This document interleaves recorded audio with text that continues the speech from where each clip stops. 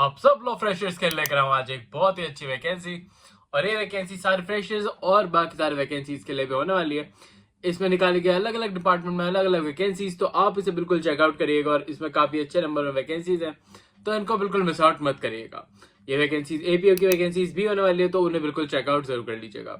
आगे बढ़ने से पहले हेलो वेलकम और स्वागत है आप सबका मेरे एक नई वीडियो में, जिसमें लग रहा है काफी अच्छी वैकेंसी जो कि निकाली गई आपके डिस्ट्रिक्ट लीगल सर्विस अथॉरिटी में। और एक काफी अच्छी वैकेंसी होने वाली है, क्योंकि फ्रेशर्स के लिए साथ ही साथ इसमें पे स्केल भी काफी अच्छा होने वाला है। तो चलिए देखते हैं डायरेक्टली बेसिस पे कि इस वैकेंसी में आपको क्या क्या चीजें मांगी और कैसी ये वैकेंसी होने वाली है।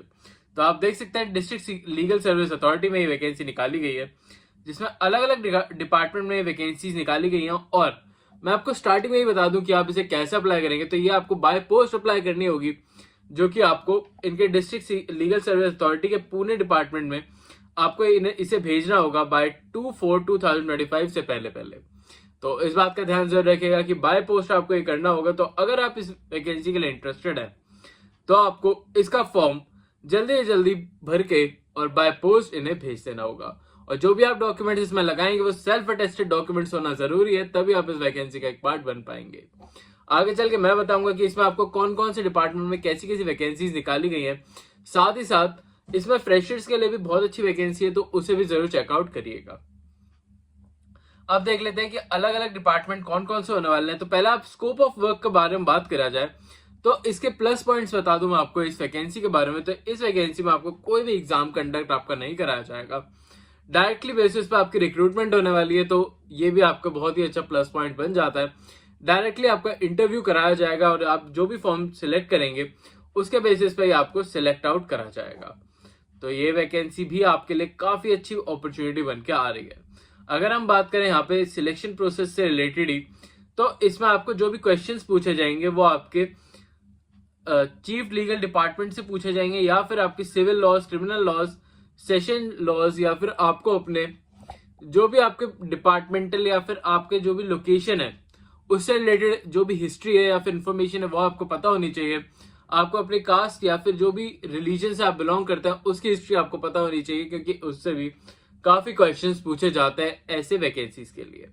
साथ ही साथ जो भी आपका डिस्टेंस है या फिर आप जिस भी वैकेंसी के लिए भर रहे हैं, जैसे कि ये वैकेंसी है, आपको इस वैकेंसी के बारे में, इसकी हिस्ट्री के बारे में और बेसिक नॉलेज होनी चाहिए आपको लॉ रिलेटेड, तभी आप इस वैकेंसी का एक पार्ट बन पाएंगे और अच्छे से इसे अप्लाई कर पाएंगे। अब देख लेते हैं हम डायरेक्टली बेसिस पे इस वैकेंसी के बारे में। उसके बाद मैं बताऊंगा कि इसका पे स्केल क्या होने वाला है, साथ ही साथ इसके क्राइटेरिया क्या क्या होने वाले हैं। तो हम पहली वैकेंसी देखते हैं। इस पे आप देख सकते हैं कि पहले हम बात करते हैं डायरेक्ट बेसिस पे कि फ्रेशर्स के लिए कौन सी वैकेंसी निकाली गई है। तो आप देख सकते हैं assistant legal aid defence council की वैकेंसी निकाली गई है। और इस वैकेंसी में आप देख सकते हैं कि प्रैक्टिसिंग क्रिमिनल लॉयर्स के लिए जिसके पास 0 से लेकर 3 इयर्स तक का एक्सपीरियंस हो, तो इसमें फ्रेशर्स भी अप्लाई कर सकते हैं और इसका एक पार्ट बन सकते हैं। अगर हम बात करें यहाँ पे good oral and written communication skills होनी चाहिए आपके पास, जो कि काफी अच्छा आपको पॉइंट मिल जाता है। अगर आपके पास कम्युनिकेशन स्किल्स आपकी अच्छी है तो आप इस वैकेंसी को बिल्कुल अच्छे से अप्लाई कर पाएंगे और इसका एक पार्ट बन पाएंगे। और आपको थ्रू अंडरस्टैंडिंग होनी चाहिए एथिकल ड्यूटीज और डिफेंस काउंसिल्स की, साथ ही साथ एबिलिटी टू वर्क इफेक्टिवली और एफिशिएंटली आपको काम करना आना चाहिए। अगर हम बात करें आपकी रिसर्च स्किल्स अच्छी होनी चाहिए इस वैकेंसी के लिए, और अगर आपको बेसिक कंप्यूटर नॉलेज आती है तो आप इस वैकेंसी को बिल्कुल अच्छे से अप्लाई कर पाएंगे। ये तो हो गई फ्रेशर्स के वैकेंसी के बारे में बात। अब इसमें और भी वैकेंसी है, जैसे कि आप देख सकते हैं chief legal aid defence council की।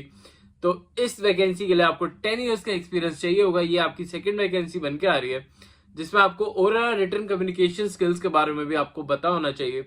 साथ ही साथ आपको क्रिमिनल लॉज के बारे में अंडरस्टैंडिंग होनी चाहिए और एथिकल ड्यूटीज और डिफेंस काउंसिल रिलेटेड इंफॉर्मेशन भी होनी चाहिए। अगर हम बात करें यहाँ पे आपको थ्रू इंफॉर्मेशन होनी चाहिए आपको इफेक्टिव और एफिशिएंट वर्क प्रोफाइल की। साथ ही साथ आपको एटलीस्ट आपने 30 क्रिमिनल लॉज ट्रायल्स में पार्टिसिपेट करा हुआ होना चाहिए। अगर हम बात करें दूसरी वैकेंसी की, तो यहाँ पे दूसरी वैकेंसी के पास बढ़ने से पहले मैं बताना चाहूंगा आपको एक इंपॉर्टेंट डिटेल कि अगर अभी तक आपने हमारा चैनल सब्सक्राइब नहीं करा है तो अभी जाके इसे सब्सक्राइब कर लो, सो दैट आप कोई भी वैकेंसी मिस आउट ना कर दो। साथ ही साथ बेल आइकन जरूर प्रेस आउट कर लेना, सो दैट आप जो भी वैकेंसीज टाइमली बेसिस पे भरनी होती हैं जिनकी डेट बहुत ही नियरेस्ट होती है, आप उन्हें टाइमली बेसिस पे देख के उन्हें जल्दी से जल्दी भर दो और उनका एक पार्ट बन जाओ। उसके लिए आपको बेल आइकन जरूर प्रेस आउट कर लेना होगा। साथ ही साथ अगर अभी तक आपने इस वीडियो को लाइक नहीं करा तो अभी जाओ और अभी जाके बस एक लाइक कर दो, so that we got a motivation और हम आपके लिए और भी अच्छी अच्छी वीडियोस डेली बेसिस पर लेकर आते रहें, क्योंकि आपके एक लाइक से वी गॉट बहुत ही ज्यादा मोटिवेशन, सो दैट हम आपके लिए और भी अच्छी अच्छी वैकेंसीज अच्छे से फाइंड आउट करके लेकर आते रहें। अगर आपको हमारा चैनल अच्छा लगता है तो अभी जाके लाइक कर देना और सब्सक्राइब भी कर लेना। अब बढ़ते हैं आगे की तरफ और देखते हैं इसमें आपकी लास्ट वैकेंसी जो कि आने वाली है आपकी chief legal aid defence council की, और इसमें आपको एटलीस्ट 7 ईयर्स ऑफ एक्सपीरियंस मांगा गया और इसमें भी आपको क्रिमिनल लॉज की अंडरस्टैंडिंग होनी चाहिए। साथ ही साथ आपकी ओरल और कम्युनिकेशन स्किल्स भी अच्छी होनी चाहिए और लीगल रिसर्च स्किल्स भी। आपको यहाँ पे 20 क्रिमिनल ट्रायल्स में आपके सेशन कोर्ट के आपको एक्सपीरियंस होना चाहिए, तभी आप इस वैकेंसी को अप्लाई कर पाएंगे। बट जो फ्रेशर्स वैकेंसी है उसमें ऐसा कोई भी वो नहीं मांगा क्राइटेरिया, तो आप उसके लिए भी अच्छे से अप्लाई कर पाएंगे। आई होप आपको सारे पॉइंट्स क्लियर आउट हो गए होंगे। स्टिल आपको कोई प्रॉब्लम आती है तो मुझे कमेंट्स में जरूर बताइएगा। वर्क प्रोफाइल की बात कर लेते हैं। वर्क प्रोफाइल क्या होने वाली है, तो आपको यहाँ पे फाइलिंग ऑफ केस करना होगा for the assistant legal aid council के लिए।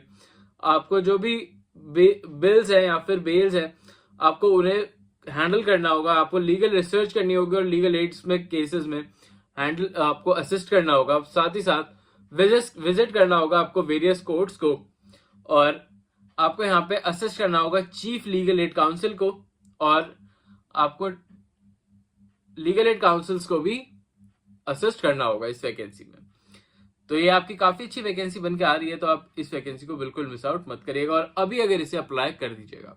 और कमेंट्स में मुझे जरूर बताइएगा कि आप कौन सी स्टेट से बिलोंग करते हैं, तो उसके बेसिस पे भी मैं आपको वैकेंसीज बताता रहूंगा। क्योंकि मेरे पास कुछ ही दिन पहले ऐसी कमेंट आई थी कि पुणे से मुझे एक ऐसी वैकेंसी बताओ, तो मैंने उन्हें ये अपडेट दे दिया। अगर हम बात करें यहाँ पे तो आपको सारी इंफॉर्मेशन यहीं पे दे रखी है। अब हम बात कर लेते हैं आपकी रेम्यूनरेशन से रिलेटेड। तो जो भी chief legal aid defence council है उसकी रेम्यूनरेशन या होने वाली है 1 लाख रुपीस।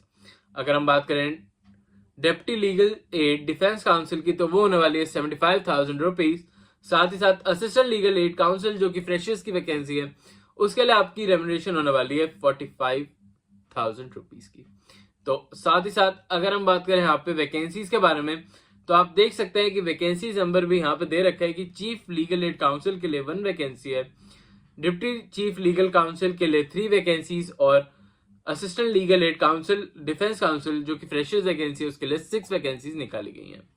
तो ये भी अपने आप में एक अच्छा नंबर बन जाता है, तो आप इसे अच्छे से अप्लाई कर पाएंगे।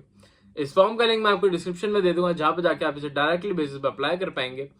इसमें आपको ये जो फॉर्म दिख रहा होगा इसको आपको प्रिंट आउट कराना होगा और इसमें अपनी सारी डिटेल्स अच्छे से भरनी होंगी। और ये डॉक्यूमेंट आपको भरने के बाद अपने जो भी डॉक्यूमेंट्स हैं वो आपको सेल्फ अटेस्ट करके एक एनवलप में करके इन्हें भेजना होगा बाय पोस्ट।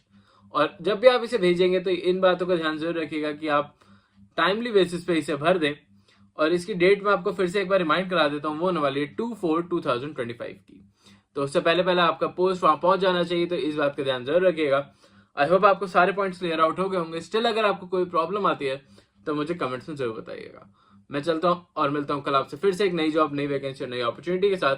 तब तक के लिए आप हमारी प्लेलिस्ट भी चेकआउट कर सकते हैं जिसमें जनवरी, फरवरी, मार्च की सारी वैकेंसीज हैं जिनको आप बिल्कुल मिस आउट नहीं कर सकते, तो उन्हें भी चेकआउट कर लीजिएगा। मैं मिलता हूँ आपसे कल एक फिर से वैकेंसी, नई वैकेंसी के साथ। अभी के लिए बाय।